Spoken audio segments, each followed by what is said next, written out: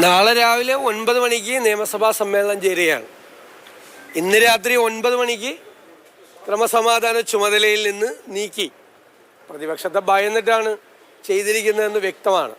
പക്ഷെ ഞങ്ങൾക്കൊരു കാര്യം അറിയേണ്ടത്, ഞങ്ങൾ 2 ഗുരുതരമായ ആരോപണങ്ങളാണ് ഉന്നയിച്ചത്. ഒന്ന് ഉന്നയിച്ചത് സെപ്റ്റംബർ 4-നാണ് മുഖ്യമന്ത്രിയുടെ ദൂതനായി ഈ അഡീഷണൽ DGP RSS നേതാക്കളെ കണ്ടു.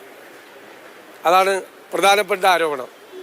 അതിൻ്റെ പുറത്താണ് നടപടിയെടുത്തതെങ്കിൽ 32 ദിവസം കഴിഞ്ഞിട്ടാണ് ഈ നടപടി എടുത്തിരിക്കുന്നത്. യഥാർത്ഥത്തിൽ അത് സംഭവിച്ചത് 2023 മെയ് മാസത്തിലാണ്. മുഖ്യമന്ത്രിക്ക് അറിയാമായിരുന്നു, ദൂതനായിട്ട് അയച്ചതാണ്. ഇനി വാദത്തിന് വേണ്ടി മുഖ്യമന്ത്രി അറിയാതെയാണ് വിട്ടതെങ്കിലും പിറ്റേ ദിവസം രാവിലെ ഞാൻ പറഞ്ഞല്ലോ, ഇൻ്റലിജൻസ് റിപ്പോർട്ട് മുഖ്യമന്ത്രിയുടെ ടേബിളിലെത്തി. ഇപ്പോൾ 16 മാസം കഴിഞ്ഞിട്ടാണ്, പ്രതിപക്ഷത്തിൻ്റെ സമ്മർദ്ദം കൊണ്ടും സമരം കൊണ്ടുമാണ് ഈ മാറ്റം ഉണ്ടായത്. 16 മാസം കഴിഞ്ഞിട്ട്.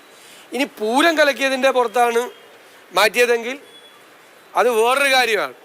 പൂരം കഴിഞ്ഞിട്ട് 5 മാസം കഴിഞ്ഞു. ഒരാഴ്ചക്കുള്ളിൽ റിപ്പോർട്ട് തരണം എന്ന് പറഞ്ഞിട്ട് മുഖ്യമന്ത്രിക്ക് അറിയാം ഇതെല്ലാം. പൂരം കലക്കാൻ അദ്ദേഹം തന്നെ വിട്ടതാണ്. എന്നിട്ട് പൂരം കലക്കാൻ ചുമതലപ്പെടുത്തിയ ഉദ്യോഗസ്ഥനെ, പൂരം കലക്കിയ ഉദ്യോഗസ്ഥനെ തന്നെ അന്വേഷണം ഏൽപ്പിച്ചു. അന്വേഷണം പ്രഹസനമാണ് എന്ന് ഞങ്ങൾ പറഞ്ഞു. ഈ 2 കാര്യത്തിൽ ഏത് കാര്യത്തിലാണ് ഇപ്പോൾ ഇദ്ദേഹത്തെ മാറ്റിയതെന്ന് അറിയണം. ഇപ്പോൾ അദ്ദേഹത്തിനെ മാറ്റിയിരിക്കുന്നത് RSSൻ്റെ ചുമതലയിൽ നിന്ന് ബറ്റാലിയൻ്റെ ചുമതലയിലേക്കാണ് ഇപ്പം മാറ്റിയിരിക്കുന്നത്. ഇതും ഒരു തരത്തിലുള്ള പ്രഹസനമാണ്. കഴിഞ്ഞ 32 ദിവസം അവിടെ തുടർന്നു. ഇനിയും വളരെ പ്രധാനപ്പെട്ട സ്ഥാനത്തിരിക്കുകയാണ്. ഈ ഉന്നയിക്കപ്പെട്ട ആരോപണത്തിൻ്റെ പുറത്താണ് മാറ്റിയതെങ്കിൽ അതിന് പ്രൊപ്പോഷണലായിട്ടുള്ള, ആനുപാതികമായിട്ടുള്ള ഒരു നടപടിയല്ല ഉണ്ടായിരിക്കുന്നത്. കാരണം ഈ 2 ഞങ്ങൾ ഉന്നയിച്ച, പ്രതിപക്ഷം ഉന്നയിച്ച ഈ 2 ഗുരുതരമായ ആരോപണങ്ങൾക്കും ഈ നടപടി പോരാ. അപ്പോൾ കണ്ണിൽ പൊടിയിടാനുള്ള, ഈ നാളെ അസംബ്ലി തുടങ്ങുമ്പോൾ എന്തെങ്കിലും പറഞ്ഞ് പിടിച്ചു നിൽക്കാനുള്ള ഒരു തന്ത്രം മാത്രമാണ്. പേരിനൊരു മാറ്റം അത്രയേ ഉള്ളൂ. അത് തന്നെ അസംബ്ലി കൂടുന്ന പശ്ചാത്തലത്തിൽ നടന്നതാണ്. ബാക്കി നമുക്ക് നാളെ അസംബ്ലി പറയാം.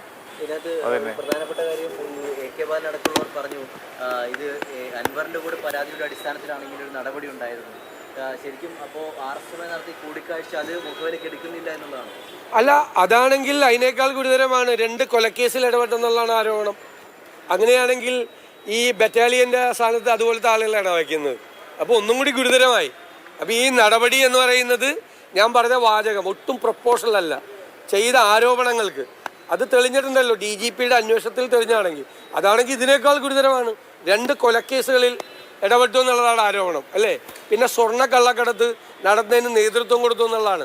സ്വർണ്ണക്കള്ളക്കടത്തിന് നേതൃത്വം കൊടുത്ത ആളും അതുപോലെ 2 കൊലക്കേസിൽ അവിഹിതമായി ഇടപെട്ട ആളെയും ഈ RSSൻ്റെ ചുമതലയിൽ നിന്ന് ബറ്റാലിയൻ്റെ ചുമതലയിലേക്ക് മാറ്റിയ അത് പിന്നെ കണ്ണിൽ പൊടിയിടാനുള്ളതല്ലാതെ എന്താണ്? പിന്നെ ഏതാരോപണത്തിൻ്റെ ഗുരുതരമായ ആരോപണങ്ങളാണ് ഞങ്ങൾ ഉന്നയിച്ച 2 ഗുരുതരമായ ആരോപണം.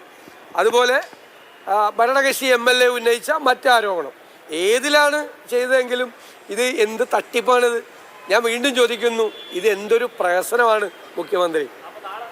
നാളെ നിയമസഭയിൽ കാണാം ബാക്കി.